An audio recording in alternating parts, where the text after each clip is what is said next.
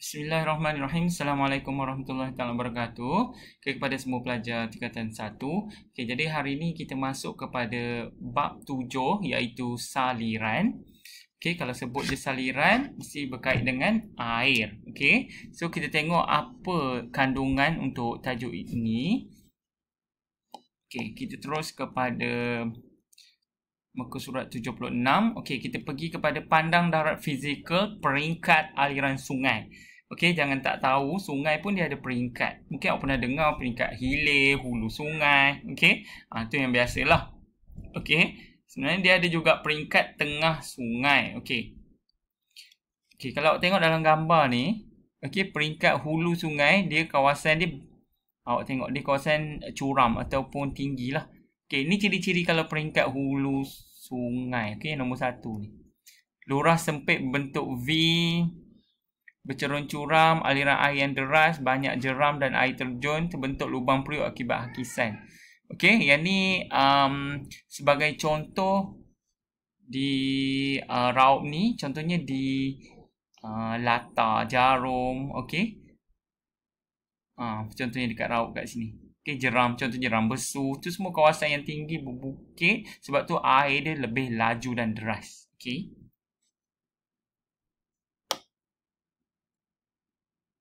Okay. Seterusnya, okay, sebelum tu kalau cara nak ingat peringkat hulu sungai, okay, ingat perkataan uludong. Kalau uludong kan kat sana ada latar jarum, Pulau Cekas semua tu. Jadi tu kawasan yang ciri-ciri peringkat hulu sungai. Okey. So seterusnya peringkat tengah sungai, kita tengok okey kat sini kan gambar dia kat peringkat tengah ni. Okey, peringkat tengah lurah berbentuk U, susuh bukit berpancar dan terhakis, berlaku hakisan sungai, likuan sungai. Okey.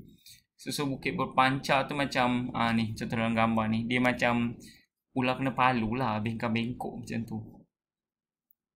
Okey.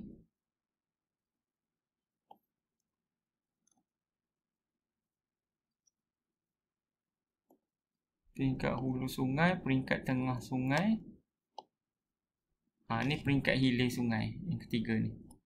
Okey, lurah semakin melebar dan cetek, aliran sungai perlahan dan berliku-liku, cerunnya lebih landai, terbentuk tasik ladap, tertambak dan delta, pemendapan sungai berlaku. Dengan kata lain, hilir sungai itu kawasan hujung dia lah. Sebab itulah lala air tu mungkin akan jadi tasik atau air kawasan dia lebih landai, maksudnya lebih rata lah. Okay, tanah dia lurah semakin melebar cetek, pemendapan sungai berlaku. Kawasan situ macam ibarat kawasan yang memang air tu kalau mengalir pun dia slow je, tak macam yang awal-awal. Tu peringkat hilir sungai. Okey. So kat situ pun ada tasik. Yang ni pula dia cerita pasal pembentukan tasik pula. Okey, dekat peringkat hilir sungai tu ada pembentukan tasik. Jadi ni pembentukan tasik ladang. Okey, ni dia tunjuk aliran sungai yang mula-mula ni kan. Ni yang pertama. Okey, mula-mula dia macam berliku. Okey. Lepas tu mungkinlah air laju kan peringkat ni. Sebab tu likuan sungai. Air laju. Yang dia makin terhakis sikit-sikit, lala air tu jadi straight je lalu. Lala yang ni akan tertinggal. Yang ni lah kita panggil tasik ladam. Okey. Okey, ni delta. Delta macam ni awak boleh tengok. Mendapan di muara sungai. Tengok gambar ni. Okey. Macam itulah contoh delta, pembentukan delta. Okey, seterusnya kita pergi pada sungai dan tasik utama di Malaysia. Mungkin ada yang tahu. Kalau kita dekat Pahang, sudah tentu sungai Pahang. Terletak di Pahang lah. Okey, sungai yang terpanjang di semenanjung Malaysia. Semenanjung Malaysia tu masih ingat tak? Ya, dia tak termasuk Sabah Sarawak. Jadi dia paling panjang, sungai Pahang. Okey, Tasik Kenyir. Tasik buatan manusia terbesar di Asia Tenggara. Buatan maksud orang yang buat. Macam mana dibuat, proses dia kena korek lah. Okay, mungkin disebabkan oleh kawasan pelombongan. So, orang korek-korek lama-lama terbiar, lama-lama dia jadilah kawasan yang tertinggal dan automatik jadi tasik sebab air ada kat situ. Tasik Chini pun okey, Tasik Chini ialah tasik semula jadi, ni memang semula jadi terletak daerah Pekan Pahang. Sungai Bernam, okey. Boleh tengok kat sini kat mana Tasik Bera. Okey, tasik semula jadi terbesar di Malaysia. Sungai Endau, Rompen.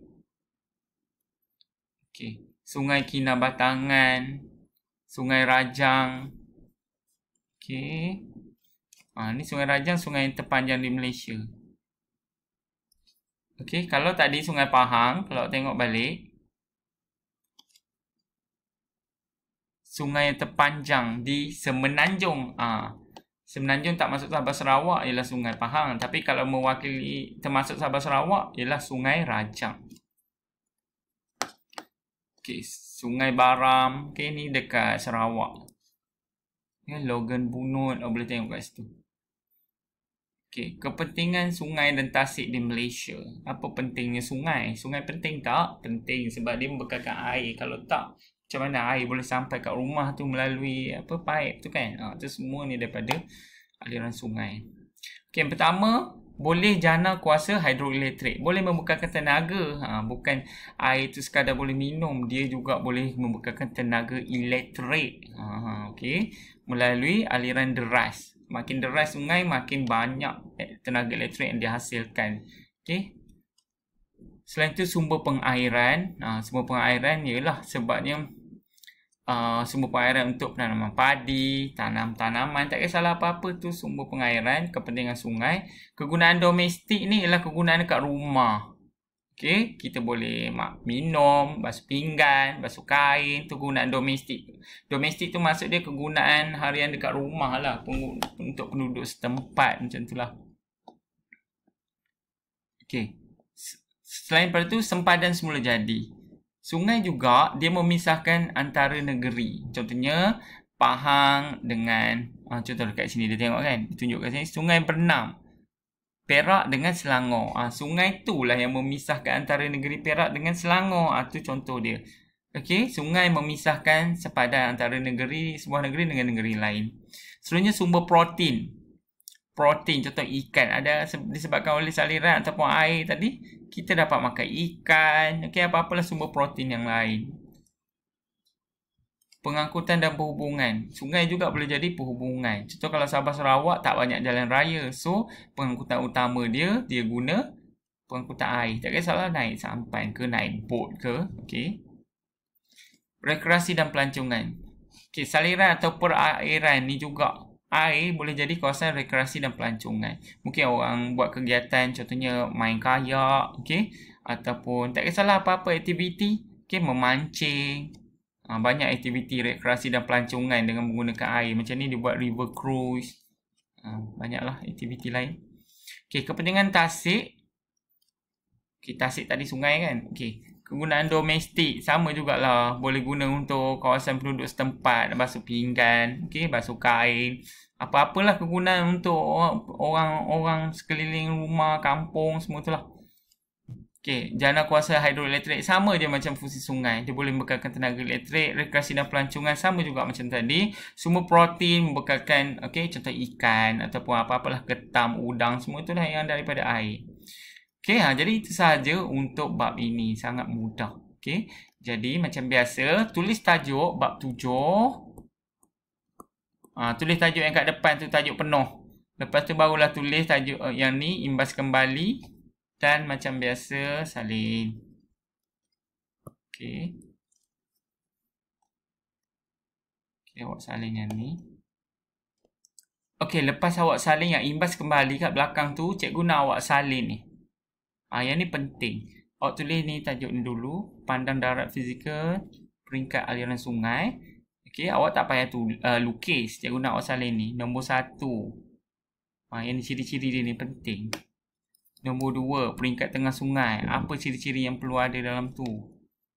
Seterusnya, yang ketiga, peringkat hilir sungai. Apa yang ada dalam tu? Okey. Lepas tu, cikgu nak awak lukis ni juga. Proses pembentukan tasik ladam ni.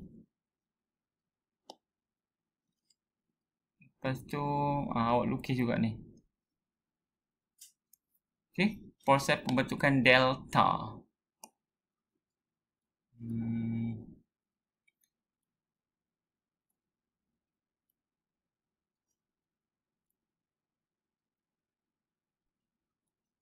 Okey, so cikgu rasa itu sahaja untuk tajuk ini yang awak perlu buat. Okey, jadi itu sahaja. Terima kasih. Assalamualaikum. Kalau apa-apa tak faham, WhatsApp. Okey, sama ada Telegram ataupun dekat WhatsApp. Okey, terima kasih. Assalamualaikum.